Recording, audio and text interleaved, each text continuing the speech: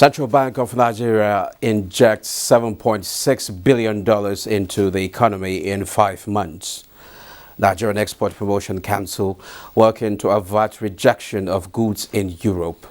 NCC issues red alert on malicious Google Chrome extensions. Oil prices rise as supply uncertainty mounts. This is Business Express coming to you on the network service of the NTA. I am Musa Abubakar.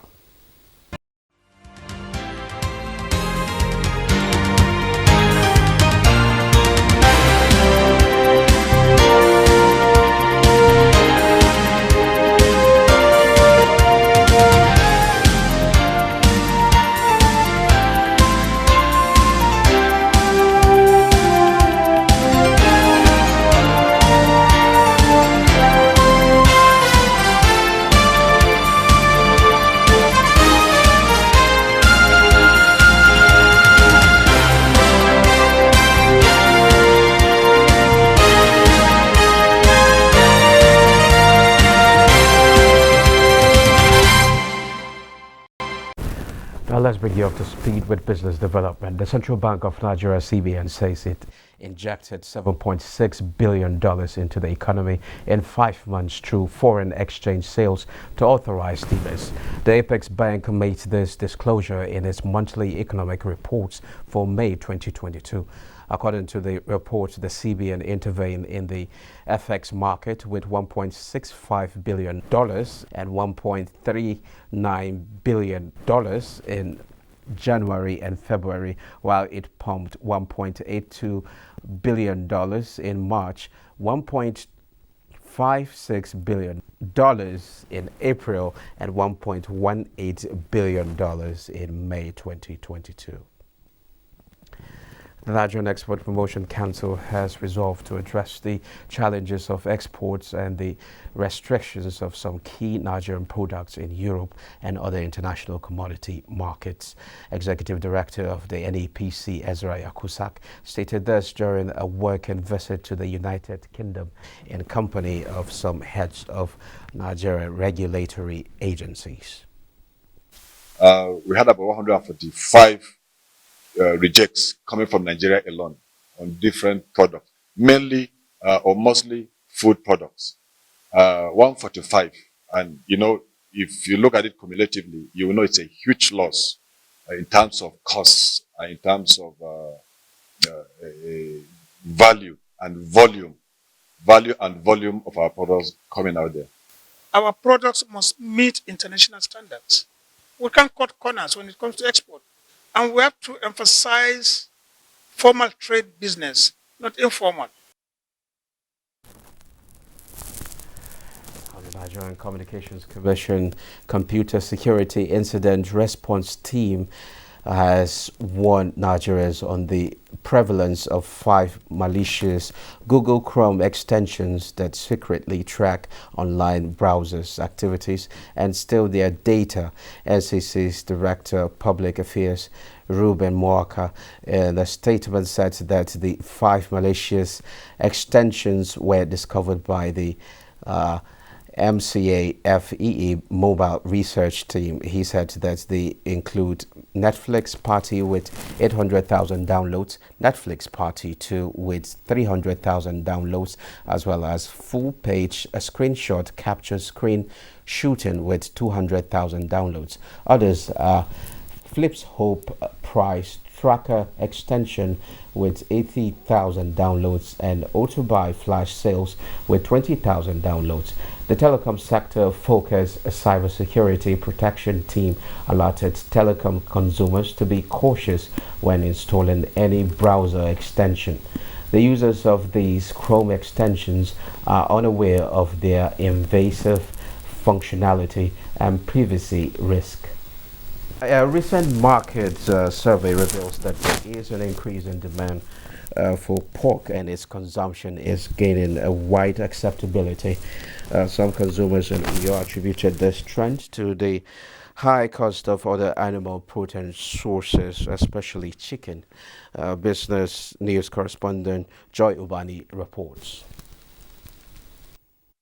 chicken and pork with roasted plantain or sweet potatoes are delicacies commonly found in every corner of Uyo metropolis, as many either take them as snacks or for cooking meals. In recent times, it has been observed that the consumption of roasted pork has continued to gain prominence against the popular roasted chicken. Some consumers say pork is nutritious and has become more affordable. Whether it's roast or dry, because I like it. Both pork and chicken, I do take both of them. And why pork meat seems to be rampant everywhere is sometimes it's a cost. On the contrary, some who love to eat chicken lament the increasing costs in the local markets. Go to an eatery and ask for a lap of chicken, and you know why you need to eat pork. Pork meat from day one has always been a competitor with chicken. Dealers in these animal protein sources say both pork and chicken businesses are profitable as they are purchased according to individuals' demand. The price of pigs are not fixed, depend on the sizes of the pig. Like this one that you are saying, this one is 250,000. So that is the price of this one. But there are some that are bigger than this, and the price will also go high than what you are saying now. People like it, whether it is because of the white meat, but most of the people, they say it is highly recommended by the doctors. The reason why I sell pork meat is to make money for my education. 100. For now it's 200. But the chicken is cost now. 100 is there, 200, 300. Meanwhile, chicken dealers are appealing to relevant agencies of government to implement policies that will ensure availability and affordability of chicken feet and other items to promote food security. Well, let's now join Muplan Dakok for details of week-ended activities in the capital market.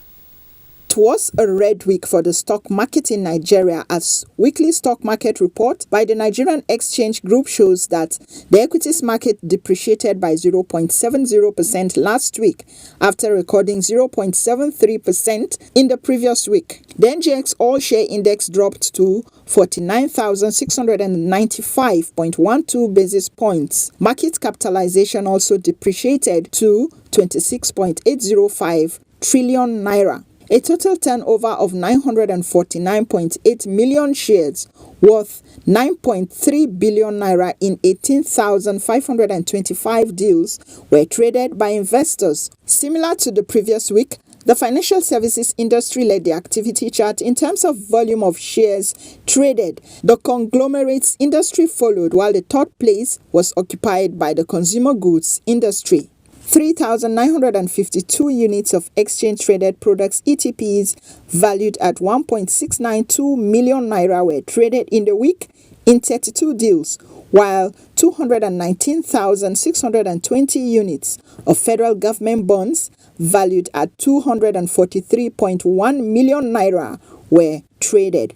All other indices finished lower, with the exception of the NGX Insurance, Merry Value, Merry Growth and Consumer Goods indices, which appreciated, while the NGX ASM index closed flat. 32 equities appreciated in price in the week. 36 equities depreciated, while 98 equities remained unchanged. Now to the market for today. Market activities on the Nigerian stock market started this week in downward trend. At the close of trade this Monday, the NGX all-share index depreciated to 49,626.06 basis point. Market capitalization also dropped to 26.767 trillion naira. Investors exchanged 86.594 million shares in 3,377 deals valued at 1.170 billion naira. Let's now look at what's happening on the global scene with Ineka Oko. Global markets are gearing up for the latest reading of US inflation, with the August data set to be released Tuesday. The report is one of the latest pieces of data on inflation the US Federal Reserve will see ahead of its September meeting, where the central bank is expected to deliver its third consecutive 0.75 percent point rate hike in an effort to combat high inflation. However, stock futures were higher on Monday. The Dow Jones Industrial Average was up 0.46%, S&P 500 rose 0.58%, and Nasdaq 100 gained 0.66%. Although markets in mainland China, Hong Kong, and South Korea are closed for a holiday this Monday, stocks in the Asia Pacific region still rose on improved risk sentiment. The Nikkei 225 in Japan gained 1.16% to close at 28,542.11, while the Topix index advanced 0.75%. European stocks were slightly higher following a positive trend set at the end of last week and overnight in Asia-Pacific markets. The DAX climbed 1.76%, UK's FTSE rose 1.31%, and the French CAC advanced 1.28%. Markets in Africa started the week in mixed territory, with South Africa's JSE Africa Top 40 leading gains at 1.42%, while Kenya's Nairobi All Share led declines. Well, as the nation's banking players converge on Abuja, we take a further look at happenings within and outside the country that are shaping the economy as we step into the political season. From COVID to the war between Russia and Ukraine, and now a slowdown in revenue, Business Express this Monday is looking at the options available for quick wins, first in the home front and then away from home. Dr. Ken Opara is the President, Chartered Institute of Bankers of Nigeria. You're welcome to Business Express. Thank you so much. It's my pleasure. Okay. Well, we've seen the recovery process it was taking place without any hurdle, and now Russia-Ukraine war happened, and it leads to high cost of energy and food, as we're seeing today. What do you make of all this, and what does the banking community, what role do they have to play in making the economy work for Nigerians? Thank you very much. You're totally correct to say that we began to see recovery after recession. But of course, the Ukraine and the Russia war came up. But the key point to note is that it shows clearly that we are now a global village. Of course, that's what the world is.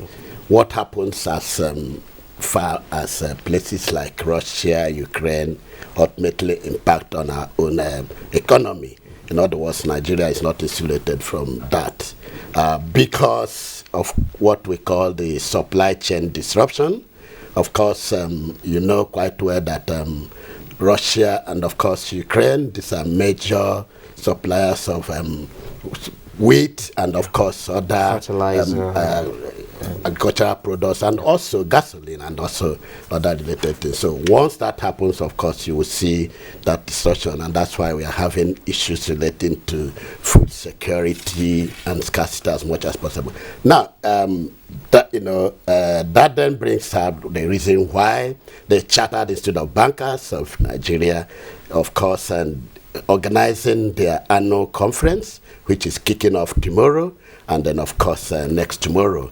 And the theme of that conference is about repositioning the Nigeria financial system, in an evolving global context. Of course, global, because we are looking at what is happening at the global environment as much as also what is happening at the local environment as much as possible. Okay. But now, how is the banking community reacting to all this, and what does it bring to the table to see that the ordinary man on the street now get to access the economy as much as he should? I think the first point to note is that the banking industry have rallied around to support this. Of course, during the COVID period, as much as possible, you saw a lot of stimulus packages that, of course, even Central Bank of Nigeria has, as much as possible, provided. But most importantly is also trying to provide support to the real sector and also small businesses.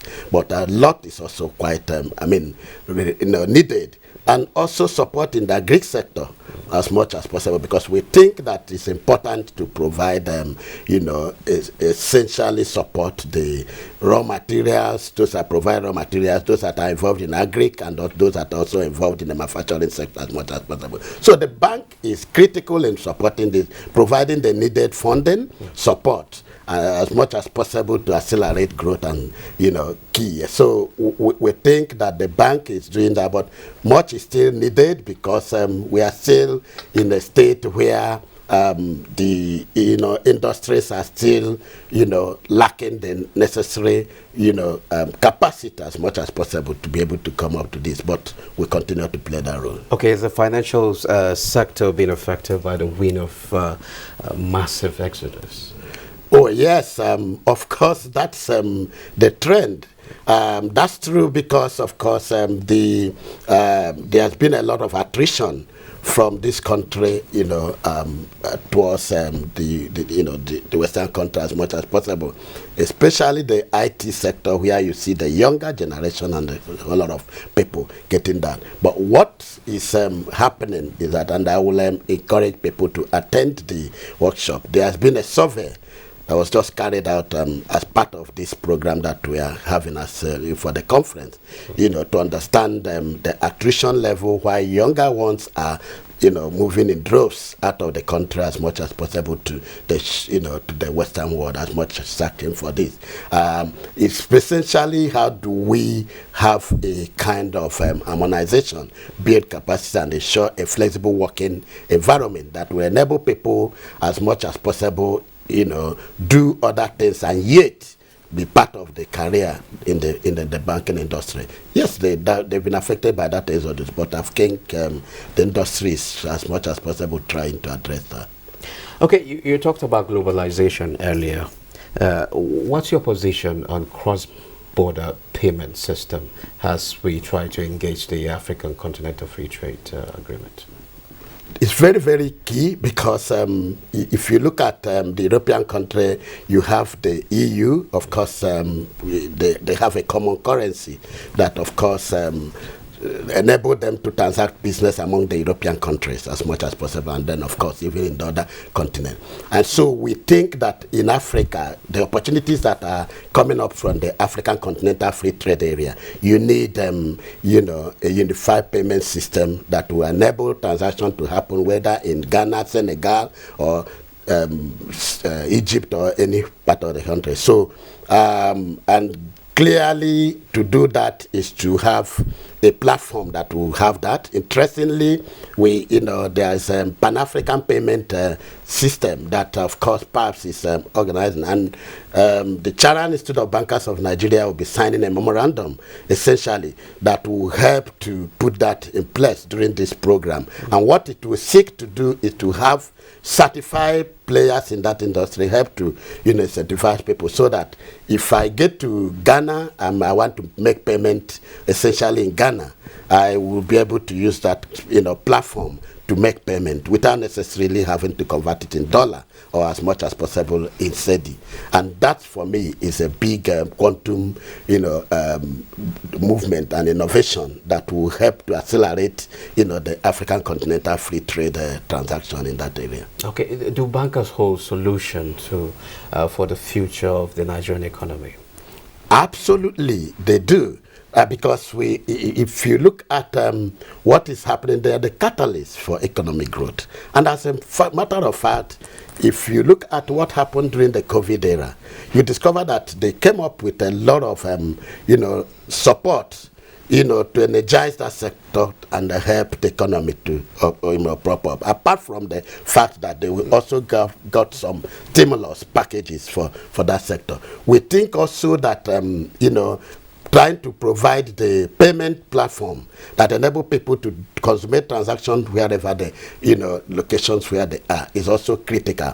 And more importantly, is also supporting the small, medium, and enterprises that are also operating, because these are the key areas, what we call the engine of growth, as much as possible. So we think that they do, and as much as possible, we continue to play that role, because without having this, of course, you would not be able to accelerate the pace of development. So that's a critical area of development that can play. Okay, let me ask this question on behalf of Nigerians. You will agree with me that there's somehow a rise in failed transactions, and which is not actually settled within the stipulated time. So what do you make of that? What's your position on that? Well, and how do we remedy that? Well, we continue to emphasize that service is key. And then, of course, if you have a dissatisfied customer, obviously you are not providing that service. Service is not delivered until customer is quite satisfied. And so it's important to understand some of the issues that may confront to failed transaction, and then delayed transaction as much as possible. Of course, we will recognize that even in most of these financial institutions, they have, of course, the service agreement levels, and of course also where they respond to customers as issues as much as possible. But we also know quite well that sometimes this delay, be evidenced by the fact that it's either the customers have not been able to apply the necessary requirement as much as possible, or they don't have sufficient funds as much as possible. But we also in the same vein, where you have real cases of failed transaction, especially customers have done that, of course the regulators have also provided that banks should, as much as possible within that time frame, settle those transactions. Where they don't, as much as possible, they would explain what was the reason, because we think that those things should be done. But you know quite well that banks need to also investigate, carry out the process to find out what actually caused those failed transactions. Okay. And once that is done, of course, they will be able to Okay. Can you just briefly, what would you do with the outcome, or what would the Chartered Institute do with the outcome of the conference? Just briefly. Okay, so the outcome of the conference, as much as possible, will go into, there'll be a communique, and this would, of course, be disseminated to policyholders, practitioners, and then, of course, even the banks themselves, and also industry experts. Now, there is a unit in CIBN that will be monitoring this, and then of course try to see how have they been following through with the precedents and the communique that is writing from that as much as possible. So when the program is over, we'll definitely have a communique, and then of course this will be sent to the key players in the industry, and of course we'll monitor how that is going on. Thank you. Thank you very much, Dr. Ken Opara, President, Chartered Institute of Bankers of Nigeria. Thank you for coming to share your thoughts with us. Thank you so much. And now moving on, let's take a trip to the commodities market.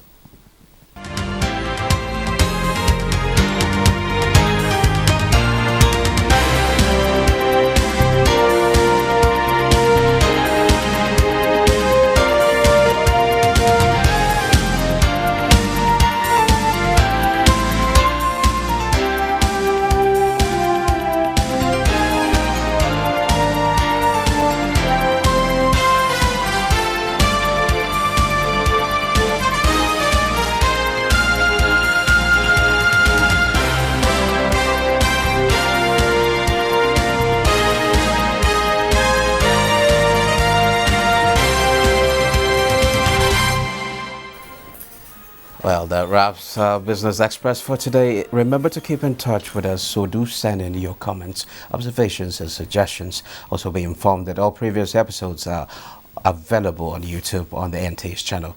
You can also communicate with us via our various social media platforms. Business Express returns Tuesday. I am Musa Abubakar.